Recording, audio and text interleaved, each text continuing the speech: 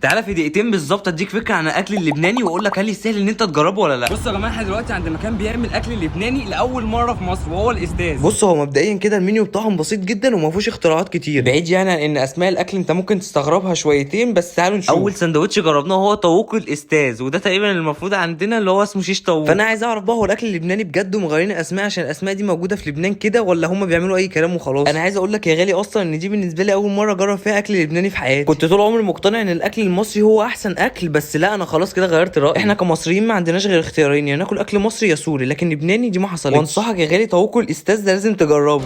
تاني حاجه جربناها برده وهي الشاورما فراخ، بس هي ما اسمهاش كده، هي اسمها فراخ. ولو هتحتاج الحجم الكبير اللي هو اللارج مثلا ما اسموش لارج، برده اسمه سندوتش فراخ طويل. والله زي ما بقول لك كده، انا عمال اديك ديتيلز اهو عشان لما تروح هناك تعرف انت هتطلب ايه. بص بقى يا غالي، كل حاجه مختلفه عن الاكل بتاعنا من اول العيش لحد الصوصات. يعني هو كون اصلا المكان ده يجيبني من اسكندريه للقاهره فدي كفايه لوحدها. وعايز اقول لكم بقى يا جماعه ان هم بيحطوا صوص عامل شبه التوميه يا جماعه، خطير بجد. يا بخت بتوع القاهره بالمكان ده. والمكان ده لسه فاتح جديد في القاهره وبقاله بتاع شهر تقريبا، بس مكسر الدنيا في لبنان والكويت والسعوديه والعراق. يعني مجمع لك من خبرات الدول العربيه كلها عشان يعمل لك الاكل ده. ما تنسوش بقى تصلوا على النبي. وبجد يا جماعه انا مش بافور من حلاوه الاكل هناك. انا مش هقول لك في فرق بينه وبين الشاورما المصري، لا، هما الاثنين ما يتقارنوش ببعض اصلا. هتسالني بقى وتقول لي هل يستحق ان احنا نسافر له؟ هقول لك والله مش هتندم. لازم نبلعه بقى بحاجه ساقعه كده عشان نعرف ندخل على الاختراعات التانيه اللي هم عاملينها. والاختراع ده اسمه شلفطه، وده بيبقى عباره عن باستا وتشيز وهاليبينو وشاورما والصوصات بقى بتاعتهم. بص انت مبدئيا كده هي ما بتتاكلش كده، انت لازم تقفل العلبه وترجعها كلها في بعض. بس انا قلت لازم اجرب الشاورما الاول. الشاورما عندهم مميزه قوي يا جماعه. تعالوا بقى نقفلوا علبه كده ونرجوها بقى كلها في بعض. يعني فين بقى ترند المرجرجه اللي كان طالع من كام يوم ده، اللي بتقعد تحط الاكل كله على بعضه وتقلبه؟ هم دول اساسه اصلا.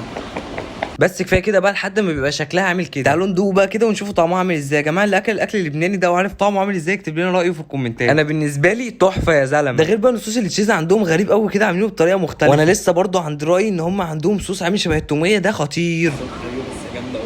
وجربت برضو من عندهم التشيز بولز، مش عارف انا نطقت اسمها صح ولا غلط، بس هي عامله شبه الموتزاريلا ستيك كده بالظبط، بس من جواها بقى موتزاريلا والتتبيله بقى هم عاملينها. يعني حتى الموتزاريلا فيها التاتش بتاعهم برضو، هتنقل الطعم في حته ثانيه. نسيت بقى اقول لكم ان في قاعده اندور واوت دور وهتعجبك قوي. والمكان هو الاستاذ اللي موجود في مصر الجديده في شارع المرغني، وعندهم كمان ديليفري.